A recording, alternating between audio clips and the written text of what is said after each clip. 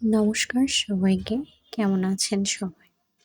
সরস্বতী পুজোর একটা ছোট্ট মেমোরি ক্যাপচার করলাম।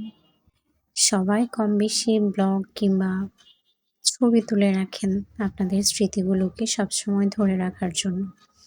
আমার কাছে মনে হয় অনিরুদ্ধর ছোটবেলাটা আমাদের অন্য বাচ্চাদের থেকে অনেকটা আলাদা। আমাদের শৈশব যদি বর্তমান আধুনিক যুগের মতো হতো, তবে আমাদের প্যারেন্টসরাও আমাদের অনেক কিছুই স্মৃতিবন্দি করে রাখতে পারতেন।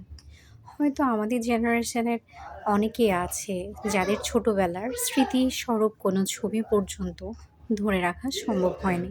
যেমনটা আমি, আমার শৈশবে আমি কালো ছিলাম, মোটা ছিলাম না চিকন ছিলাম, কেমন ছিলাম সেটার বিবরণটা আমাকে জাস্ট মুখেই শুনতে হয়, সেটা আমি চোখে দেখতে পারি না। অনিরুদ্ধর এই প্রত্যেকটা অ্যাক্টিভিটিস আমার স্মৃতিবন্দি করতে ভীষণ ভালো লাগে। এই যে সরস্বতী পুজোর দিন সকাল ৭টায় সে ঘুম থেকে উঠেছে, এটা হচ্ছে তার আলাদা করে পুজো করা। একদম আমাদের ড্রয়িং রুমটাতে সে নিজের মতো করে প্যান্ডেল করেছে, ডেকোরেট করেছে। দেন হচ্ছে প্রদীপ কিনে এনেছে, ফুল কিনে এনেছে, তারপর ফল প্রসাদ এনেছে। আরও কি এনেছে যাবতীয়টা এই ভিডিওর কনটেন্টের মধ্যে আপনারা দেখতে পাবেন। আর সবথেকে যেটা ভালো লাগে সেটা হচ্ছে আপনারা যখন সাপোর্ট করেন, ও পুজো দিচ্ছিল আমি তাকে একটু ব্যঙ্গমা করছিলাম। আপনারা যখন তার ভালো হোক কিংবা মন্দ হোক, এই দুষ্টু অ্যাক্টিভিটিসগুলোকে এতটা সাপোর্ট করেন, সুন্দর করে কমেন্ট করেন, এই কমেন্টগুলো যখন আমি ওকে পড়ে শোনাই, ও জাস্ট ভীষণ খুশি হয়ে যায় এবং কমেন্ট থেকেই চিনে রাখে যে এই আন্টিটা, ওই দিদাটা, ওই আঙ্কেলটা, এভাবে করে একদম তাকে চিনে এবং তাকে ভালো মন্দ কিছু একটা লিখেছে। তো এখন কথা হলো, এটা হচ্ছে তার দুষ্টু প্রকৃতির সরস্বতী পুজো। প্রত্যেকটা মানুষের শৈশবটা আলাদা হয় না, প্রত্যেকটা বাচ্চারও ডিফারেন্ট হয়। এবার প্রত্যেকটা বাচ্চার সাথে প্রত্যেকটা বাচ্চার অ্যাক্টিভিটিসের কোনো মিল থাকে না। আমার বাচ্চার এই অ্যাক্টিভিটিসগুলো আমার কাছে কিন্তু খুব একটা মন্দ লাগে না। যেমন আমরা তাকে পুজো করবে বলে ফুল কিনে দিয়েছি, মোমবাতিগুলোকে কিনে দিয়েছি, প্রদীপ এনে রেখেছে। হ্যাঁ, অনেকটা ডেঞ্জারাস হয়ে যায় যখন সে আগুন, তবে দিন শেষে ওর ছোটোখাটো যে খুনসুটিগুলো আছে, প্রত্যেকটা খুনসুটিকে আমি একটু করে স্মৃতিবন্দি করতে চাই। শৈশবটা চিরজীবন থাকে না।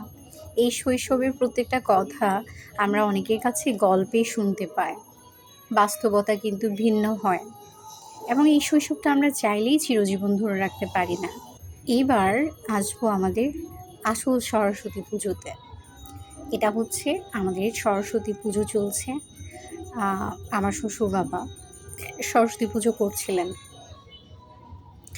আমাদের ঘরে ছোটোখাটো যত পুজো আছে, পূর্ণিমা পুজো, তারপর হচ্ছে সরস্বতী, লক্ষ্মী পুজো, এগুলো বাবা করে থাকেন এবং প্রস্তুতিমূলক যা আছে ওনার মনের মতো করে উনি সবসময় পুজো করতে ভীষণ ভালোবাসে, ঠাকুর নিয়ে সারাদিন পড়ে থাকেন, সেই সাথে আমাদেরকে অনেক হেল্প করে। এবং এখানে যে সরস্বতীর পুজোটাই না, এখানে সরস্বতী পুজোটা ছাড়াও একটা জিনিসের খুব প্রয়োজন, সেটা হচ্ছে সরস্বতীর যে পাঁচালীটা আছে, এটা অবশ্যই আপনাদের বাচ্চাদেরকে একটু পড়ে শোনানোটা অনেক বেশি প্রয়োজন এবং মনোযোগ দিয়ে সরস্বতীর পাঁচালীটা যিনি পাঠ করবেন এবং যারা শ্রবণ করবে তাদের সবার জন্য ভীষণ ভালো হয়। একটা জিনিস কিন্তু আমার কাছে ভীষণ মজার বিষয়, সেটা হচ্ছে সরস্বতী পুজোতে অনিরুদ্ধ একটা বইও কিন্তু রাখেনি। প্রত্যেকটা বই মা সরস্বতীকে দিয়ে রেখেছেন, যেন আজকে তাকে কোনোভাবেই বইয়ের আশেপাশে যেতে না হয় এবং সরস্বতী মা যাতে আজকে সকল পড়াগুলোকে কাভার করে নেন। এটা হচ্ছে পিঠা। সরস্বতী পুজো মানেই কিন্তু একটা পিঠাপুলি ভাব আছে। সো এটা হচ্ছে আজকে আমাদের পিঠা। এইখানে যে ভাপা পিঠা আছে, চিতল পিঠা আছে। ভাপা পিঠা এবং চিতল পিঠা কিছুটা আমার মাও পাঠিয়েছেন, আমার শাশুড়িও বানিয়েছেন। আজকে সকালটা পিঠাময় ছিল।